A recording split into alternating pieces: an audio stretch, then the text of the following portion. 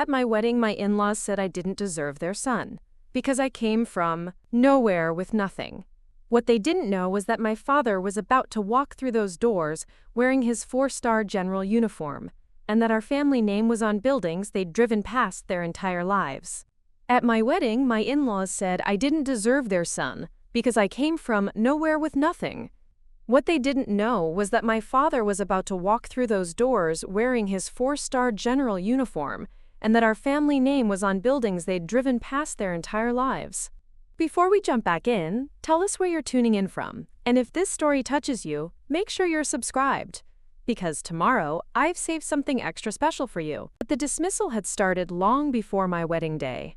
From the moment David brought me home to meet the Morrison family, I was sized up, catalogued, and found wanting. They lived in Pacific Heights, in a mansion that had been featured in Architectural Digest twice.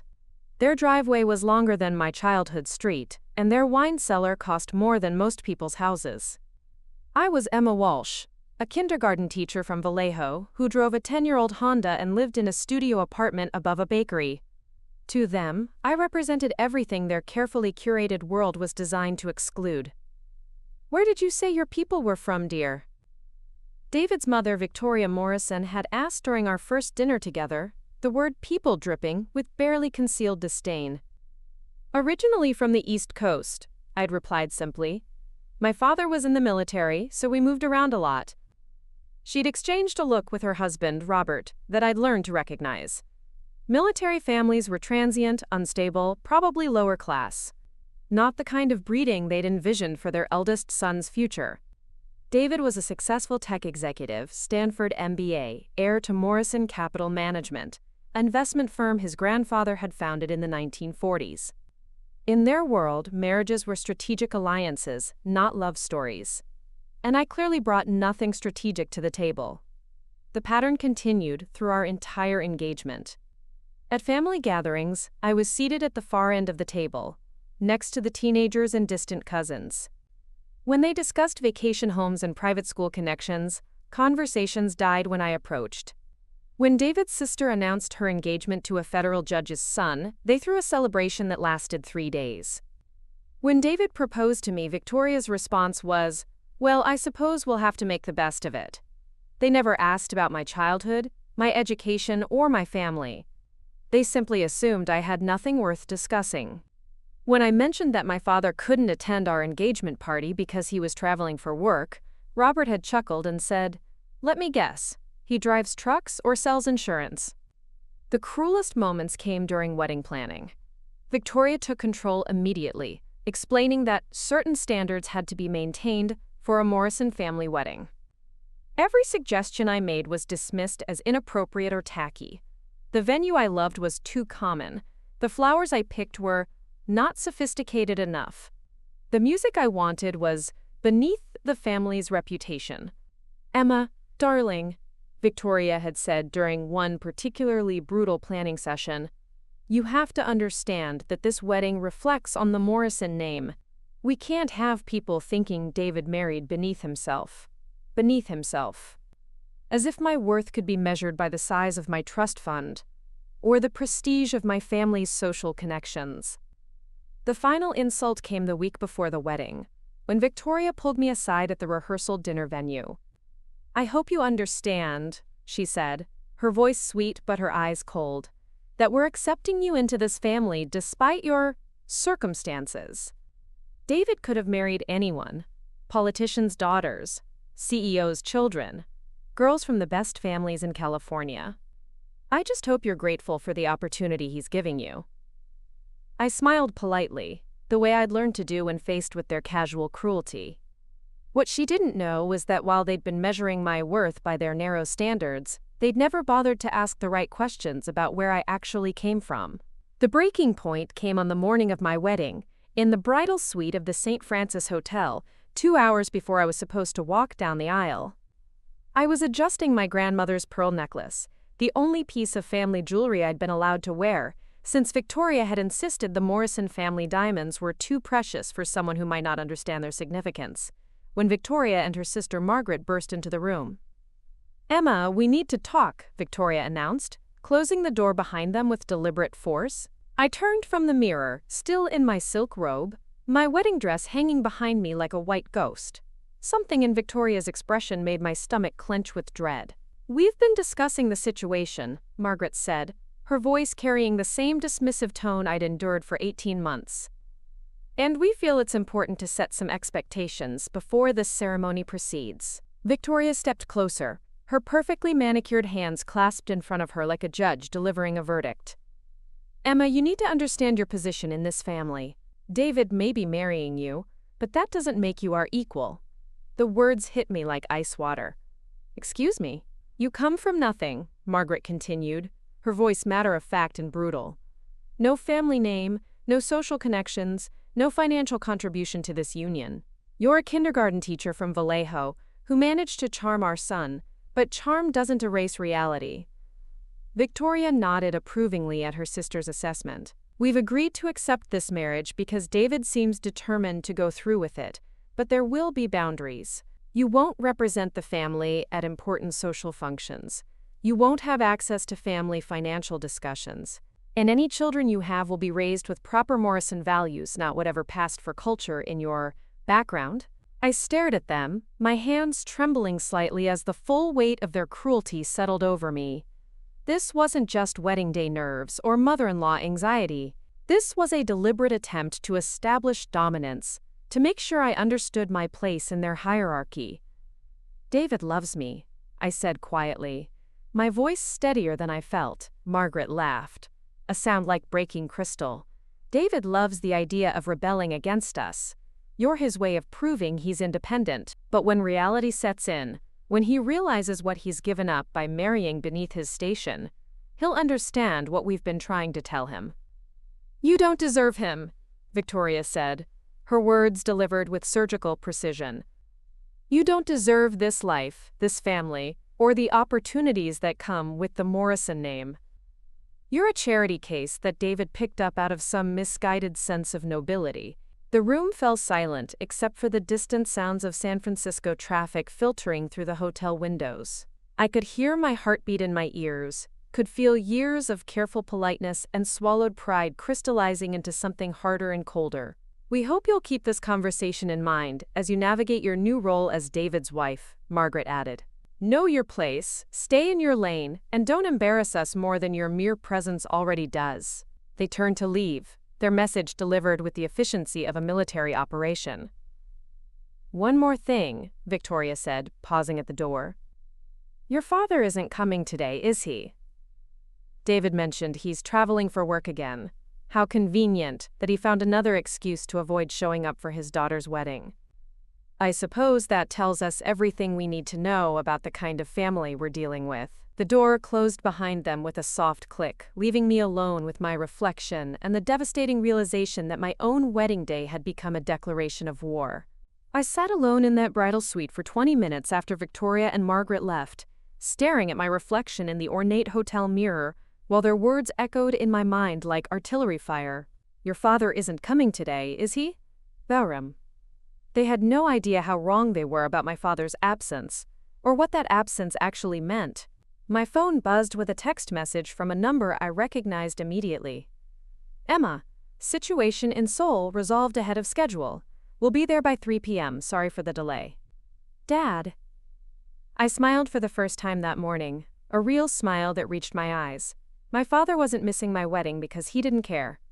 He was missing the ceremony because he'd been commanding a joint military operation with South Korean forces. Something so classified that I only knew about it because he'd texted me cryptic updates whenever he could. But Victoria and Margaret had drawn their own conclusions, like they always did, filling in gaps in their knowledge with assumptions that confirmed their prejudices. I stood up and began getting dressed, sliding into the designer gown that Victoria had selected, something appropriate for a Morrison family wedding, as she'd put it. As I buttoned the delicate pearls along the sleeves, I thought about the conversation I'd had with my father 3 weeks earlier. "Are you sure you want to do this without me there, sweetheart?" he'd asked during one of our rare phone calls. "I can request a replacement for the Seoul operation." "Dad, you're training allied forces in counterterrorism tactics. That's slightly more important than walking me down an aisle." He'd laughed, that deep rumble I'd inherited along with his stubborn streak. "Your mother would have had my head for missing this." She'd have found a way to drag me back from Seoul herself. Preparing and narrating this story took us a lot of time, so if you are enjoying it, subscribe to our channel. It means a lot to us. Now back to the story. My mother. The woman Victoria assumed had probably been a military wife who moved from base to base, never establishing roots or significance. If only she knew that my mother had been Dr. Sarah Walsh, one of the country's leading experts in international diplomacy, who died when I was 16, not from military life, but from cancer, while serving as a State Department advisor. "Tell me about the Morrisons," my father had said. "David seems like a good man, but what about his family?" I'd hesitated, not wanting to burden him with the details of Victoria's condescension or Robert's casual dismissals. "They're traditional, old money. They think I'm not good enough for their son." There had been a long pause on the other end of the line. "Emma, you know who you are. You know where you come from. Don't let anyone make you forget that." I knew who I was. I was the daughter of a man who'd spent 30 years serving his country, rising through the ranks not because of family connections or inherited wealth, but through merit, sacrifice, and the kind of courage that couldn't be bought or inherited. I was the daughter of a woman who'd negotiated peace treaties and advised presidents, who'd spoken 6 languages and could diffuse international crises with the same grace she'd used to help me with algebra homework. But I'd chosen to live quietly, teaching children, building a simple life away from the spotlight that had defined my childhood. I'd never mentioned my parents' achievements to David because I'd wanted him to love me for who I was, not for my family's legacy. Now, as I put on my wedding shoes and prepared to walk downstairs to marry the man I loved, I realized that my quiet approach had been interpreted as having nothing to hide rather than choosing not to boast. The Morrisons had spent 18 months cataloging my apparent deficiencies, never realizing they'd been measuring me against the wrong standard entirely. My phone buzzed again. "Landing in 30 minutes. Can't wait to see you, kiddo." "Dad." I touched the pearl necklace at my throat. Not just my grandmother's jewelry, but a gift from a woman who'd once dined with presidents and ambassadors, who'd raised a daughter to value character over status, service over wealth. Today, Victoria Morrison was about to learn exactly who she'd been dismissing. What the Morrison family didn't know, as they finalized their elaborate wedding preparations and whispered about my humble origins, was that my father's absence from the engagement activities hadn't been due to indifference or lower-class work obligations. He'd been in Afghanistan, overseeing the final withdrawal operations that had dominated international headlines for months. Then he'd flown directly to Brussels for emergency NATO meetings about regional security threats. From there, he'd gone to Seoul to train South Korean forces in advanced counterterrorism tactics, work so sensitive that even I only knew about it in the vaguest terms. While Victoria complained to her country club friends about her son marrying, quote, some teacher from nowhere, my father had been briefing the Secretary of Defense on strategic military operations affecting 3 continents. The irony was almost poetic. I'd grown up in this world, not the world of old money and social registers that the Morrisons treasured, but the world of international significance and genuine power. My childhood dinner conversations had involved discussions of foreign policy and military strategy. My teenage years had included state dinners and diplomatic receptions where I'd met presidents, ambassadors, and world leaders. But I'd chosen to step away from that life. After my mother's death when I was 16, I'd realized I wanted something different, something quieter, more grounded. I'd turned down appointments to West Point and Georgetown, choosing instead to study education at a state university. I'd deliberately built a life focused on teaching children rather than commanding adults or influencing policy. It had been a conscious choice to live simply, but the Morrisons had interpreted it as a lack of options. They had no idea that the Walsh name appeared on diplomatic correspondence, military commendations, and State Department briefings. They didn't know that my mother's work in international relations had influenced peace negotiations in 3 different conflicts, or that her doctoral dissertation on cross-cultural diplomacy was still required reading at the Foreign Service Institute. Most importantly, they had no concept of what my father's current position actually entailed. To them, military work meant enlisted service or maybe mid-level officer positions, respectable but unremarkable. certainly nothing that would impress their social circle. They couldn't imagine that my father's travel schedule included personal briefings with heads of state, that his work involved decisions affecting global security, or that his recommendations routinely landed on the president's desk within hours of being written. While they measured worth in stock portfolios and property values, I'd grown up measuring it in lives saved and conflicts prevented. The morning of my wedding, as I sat in that bridal suite processing Victoria's cruel words about my charity case status, I received a text that perfectly illustrated the gap between their perception and reality. Emma, just finished briefing the president on the Seoul situation. Results exceeded expectations. Boarding military transport now, should arrive with 20 minutes to spare. Looking forward to meeting the family that raised such a wonderful son. Love you, Dad. The President. My father had just finished briefing the President of the United States, and now he was flying to San Francisco on a military aircraft to walk me down the aisle. But to the Morrisons, he was just an absent father who'd probably found another excuse to avoid showing up for his daughter's wedding.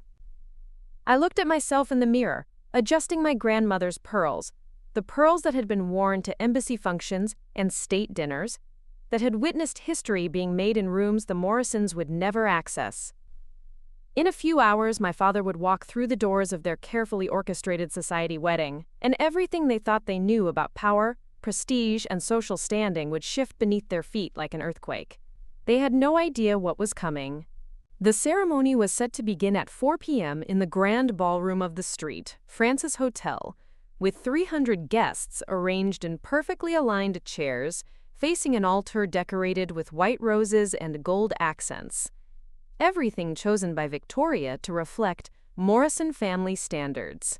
I stood in the bridal anteroom, watching through a crack in the door as San Francisco's social elite filed into their seats.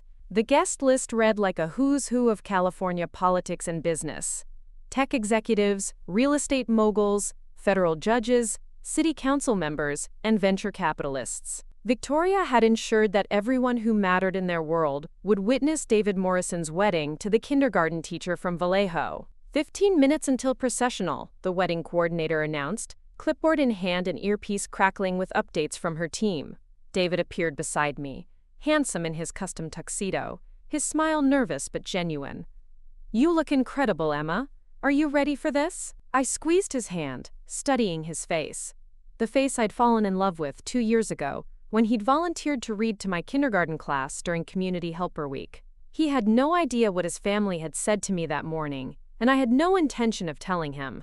"Not today." "I'm ready," I said, and I meant it. Through the doorway, I could see Victoria holding court near the front rows, resplendent in her champagne-colored mother-of-the-bride dress that had cost more than my annual salary. She was introducing guests to Robert, both of them basking in the attention that came with hosting such an elaborate social event. "The teacher bride," I heard someone whisper as they passed the anteroom. Sweet story, really. David always did have a soft spot for charity cases. Margaret Morrison was seated in the second row, wearing diamonds that caught the afternoon light streaming through the hotel's crystal chandeliers. She leaned over to whisper something to her daughter, and they both glanced toward the back of the room where I would soon make my entrance. The processional music began, Pachelbel's Bells Canon, played by a string quartet Victoria had flown in from Los Angeles. David kissed my cheek and headed toward the altar, where he would wait for me to walk down the aisle alone, since my father was traveling for work and couldn't be bothered to attend his daughter's wedding. At least, that's what Victoria had told everyone. I watched the bridesmaids begin their procession. David's sister and 3 of her friends, all dressed in the pale blue gowns Victoria had selected. They glided down the aisle with practiced grace, having performed this ritual at dozens of similar society weddings. "Emma, you're up in 60 seconds, the coordinator said, adjusting my train and checking my bouquet one final time. I took a deep breath, feeling the weight of my grandmother's pearls against my throat, and thinking about the text message I'd received 20 minutes earlier. "Just landed. In the building. See you soon, sweetheart." The massive ballroom doors stood open before me, revealing 300 guests who had spent the cocktail hour discussing David's surprising choice in brides, probably placing bets on how long the marriage would last once reality set in. Victoria stood near the altar, her expression perfectly composed, but her eyes sharp, with the satisfaction of someone who had successfully orchestrated a social event that would be talked about for months. She had no idea that in approximately 3 minutes, her carefully controlled narrative about my humble background was about to be rewritten by someone whose presence would shift the power dynamics in that room more dramatically than anything in Morrison family history. The wedding march began, and I stepped forward into my future.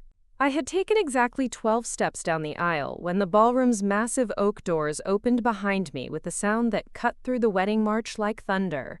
Every head in the room turned toward the entrance. The string quartet faltered, their bows hovering uncertainly over their instruments as 300 guests craned their necks to see what had caused the disruption. A figure stood silhouetted in the doorway, tall, broad-shouldered, and unmistakably military in bearing.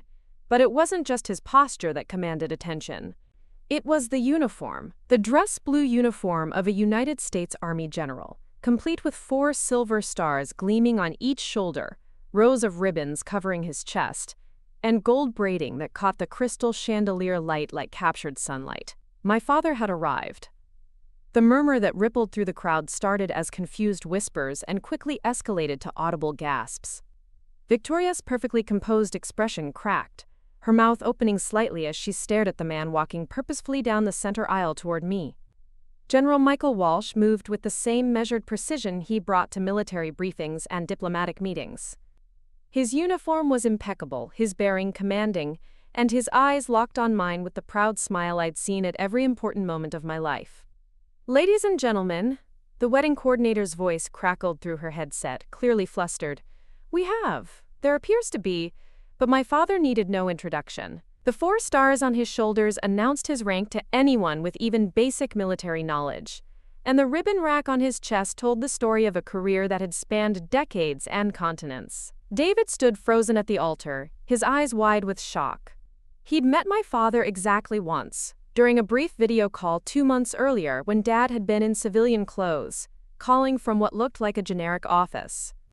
David had known my father was military, but the casual conversation about baseball and San Francisco weather had given no indication of rank or significance. Victoria looked as if she'd been struck by lightning. Her gaze darted between my father's approaching figure and me, her mind clearly racing to reconcile the kindergarten teacher from Vallejo with the 4-star general now commanding the attention of her entire social circle. Margaret Morrison had gone pale, her diamond earrings catching the light as she turned to whisper urgently to the woman beside her, who was already pulling out her phone to Google what those 4 stars meant. The guests closest to the aisle were leaning forward, trying to read the name tape on my father's uniform. Some were subtly photographing him with their phones, recognizing that they were witnessing something extraordinary but not yet understanding what. A tech executive in the 3rd row was frantically typing on his phone, probably searching General Walsh, and discovering headlines about international military operations and presidential briefings. My father reached my position halfway down the aisle and extended his arm with military precision. "Sorry I'm late, sweetheart," he said, his voice carrying clearly through the silent ballroom. The situation in Seoul required more attention than expected. I took his arm, feeling the familiar strength and comfort of his presence. "Right on time, Dad." As we began walking toward the altar together, I could hear the whispers intensifying behind us. 4 stars. That's the highest. General Walsh. Isn't he the one who— My God, do you know who that is?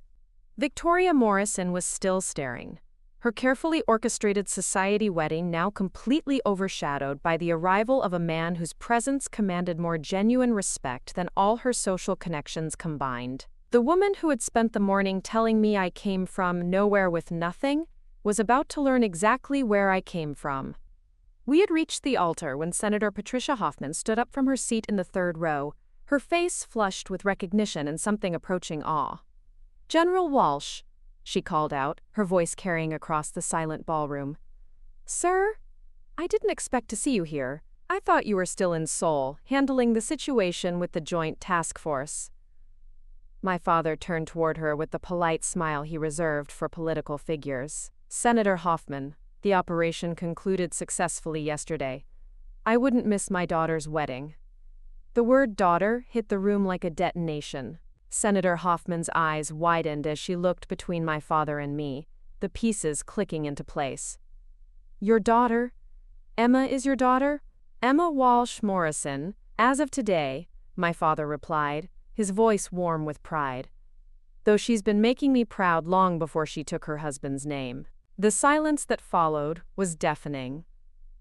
You could have heard a pin drop in the massive ballroom as 300 guests processed what they'd just learned.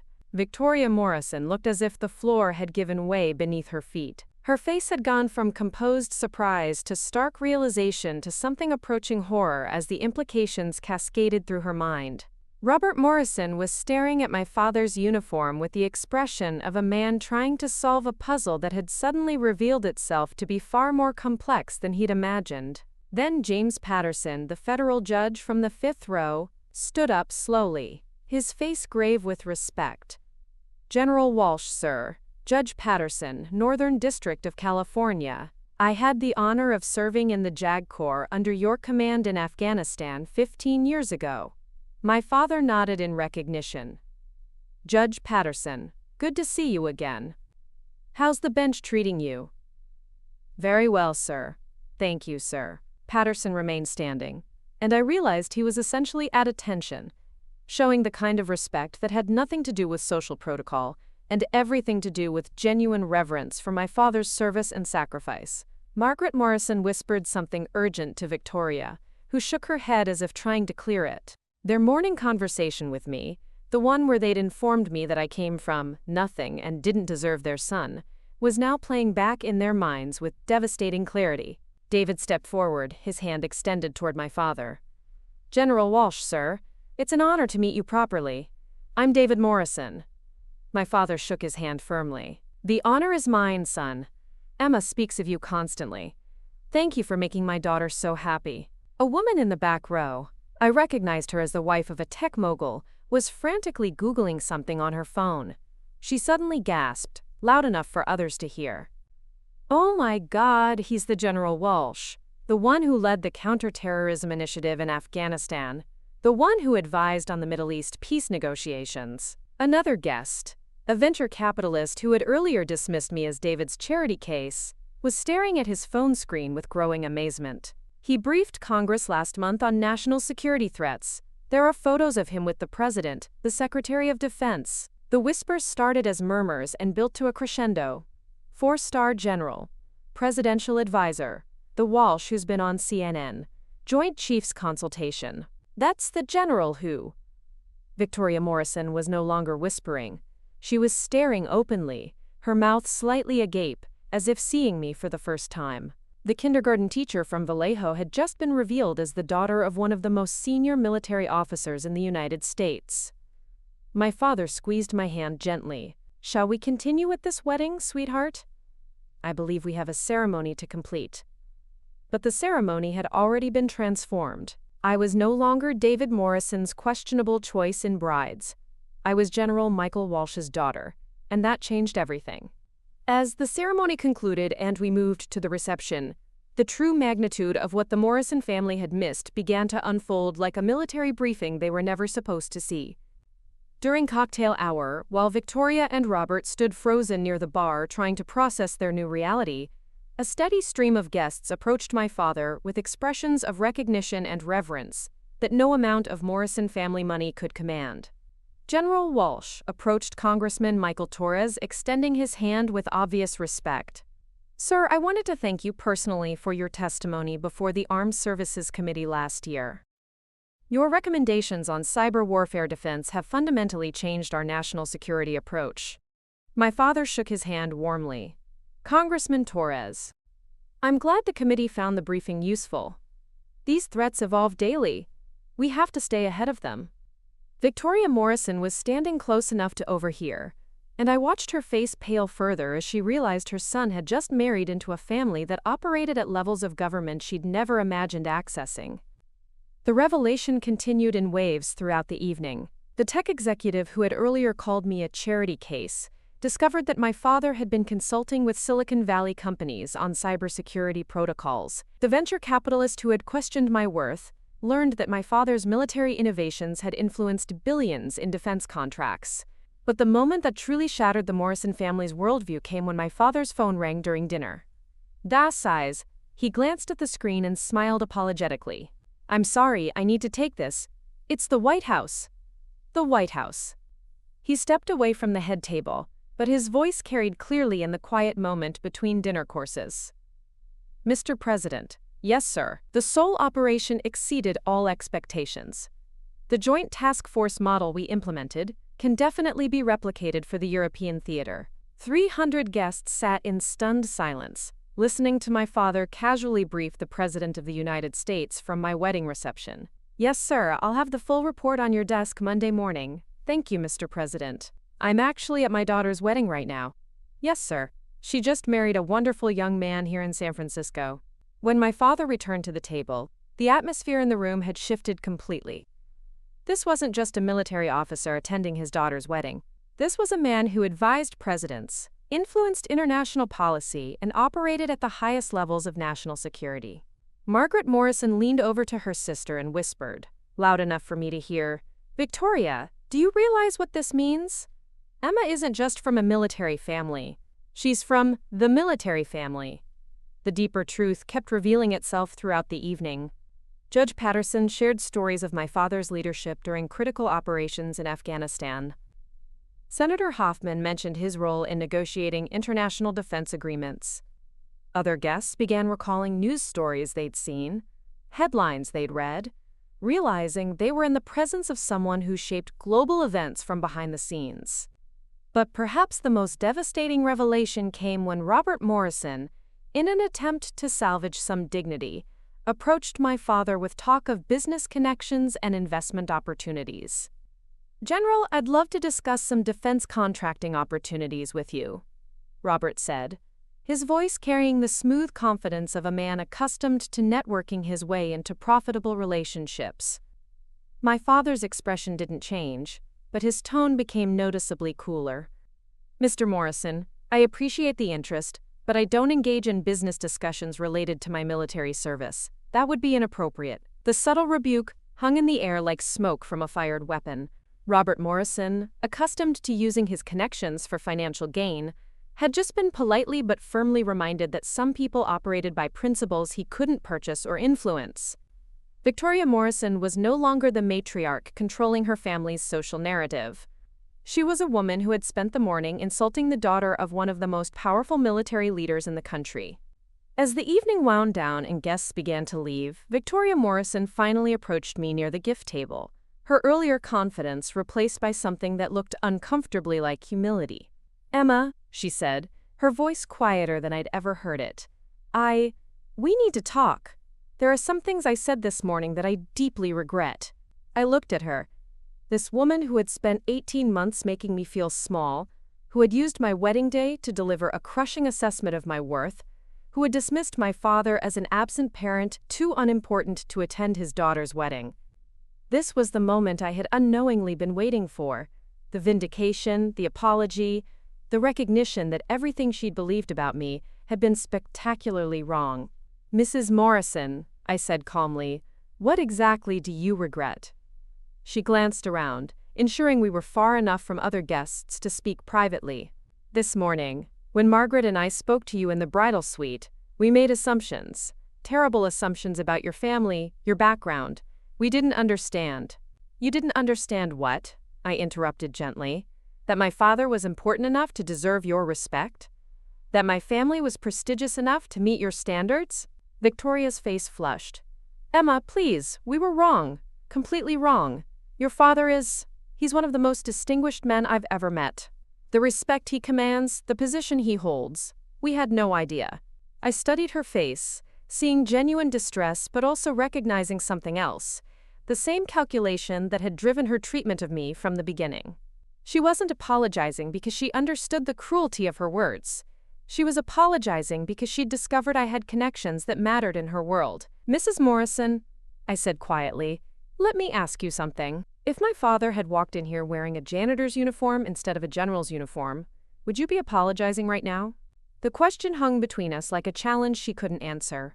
If he had been the truck driver or insurance salesman your husband assumed he was, would my worth as a person be any different? Victoria opened her mouth, then closed it. The answer obvious to both of us. I chose not to talk about my father's career because I wanted David to love me for who I am, not for my family's achievements, I continued. But your reaction tonight tells me everything I need to know about your values. At that moment, my father appeared beside us, having finished his conversations with various political and military figures who had sought him out throughout the evening. Emma, sweetheart, are you ready to head out? I have an early flight back to Washington tomorrow. I looked between my father and Victoria, seeing the stark contrast between his quiet dignity and her obvious discomfort. Mrs. Morrison was just apologizing for some comments she made this morning, I said. She didn't realize that my family met her standards for respectability. My father's expression remained neutral, but I caught the slight tightening around his eyes. I see. And what comments were those? Victoria looked trapped, realizing that explaining her morning cruelty to a 4-star general would only make her position worse. Dad, I said, placing my hand on his arm. Mrs. Morrison told me this morning that I came from nothing, that I didn't deserve David, and that I was essentially a charity case he'd picked up out of misguided nobility. The silence that followed was deafening. My father looked at Victoria with the same steady gaze he probably used when evaluating potential threats to national security.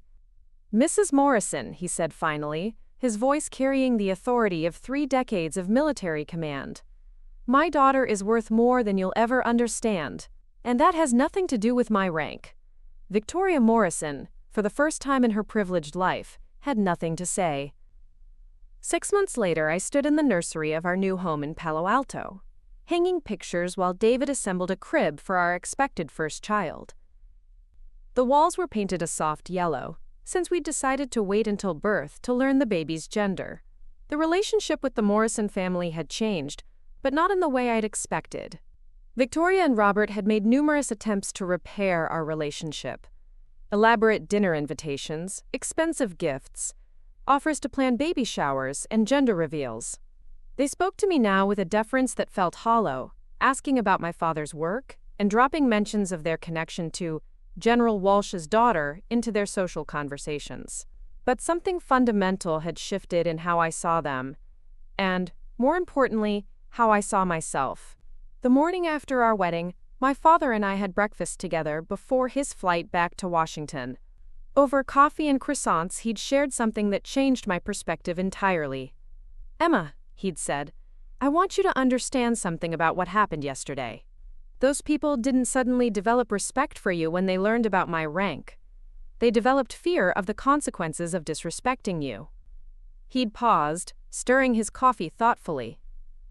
Real respect, the kind that matters, isn't something you can earn through connections or intimidate people into showing. It's something you build through your character, your choices, and how you treat others when you have no obligation to do so. I'd thought about those words often in the months since. David had been mortified when he learned about his family's treatment of me, especially their wedding morning confrontation. He'd confronted his parents privately, making it clear that their behavior was unacceptable, and that any future relationship with our family depended on genuine change, not social maneuvering. But the most important realization had come from watching how the revelation of my father's status affected my daily life. Suddenly, other military spouses in the area sought me out for coffee dates. Suddenly, I was invited to exclusive charity events and political fundraisers. Suddenly, my opinions on education policy carried weight in school board meetings. None of this attention was based on anything I had done or any value I had demonstrated. It was entirely derived from my father's achievements and position. The contrast helped me understand something crucial. The people who had valued me before that wedding, my students, their parents, my fellow teachers, David himself, had seen my actual worth. They had judged me on my kindness, my competence, my character. The people who only valued me after learning about my father's rank had revealed something important about themselves, not about me. Today, as I prepared the nursery for our child, I thought about the lessons I wanted to pass on. I wanted to raise someone who would measure others by their actions rather than their connections, who would show respect based on character rather than status. The framed photo on the dresser showed my father and me at the wedding, both of us smiling as he prepared to walk me down the aisle. But beside it was another photo, one of me with my kindergarten class on the last day of school, 22 5-year-olds grinning at the camera, their faces bright with the simple joy of being seen and valued for exactly who they were. That second photo, I realized, captured something far more important than any military rank or social position ever could. Worth isn't something you inherit or marry into or intimidate others into recognizing. Worth is something you demonstrate every day through how you choose to treat the people around you, especially those who can do nothing for you in return. My child would learn that lesson from day one. Up next, you've got 2 more standout stories right on your screen. If this one hit the mark, you won't want to pass these up. Just click and check them out. And don't forget to subscribe and turn on the notification bell so you don't miss any upload from us.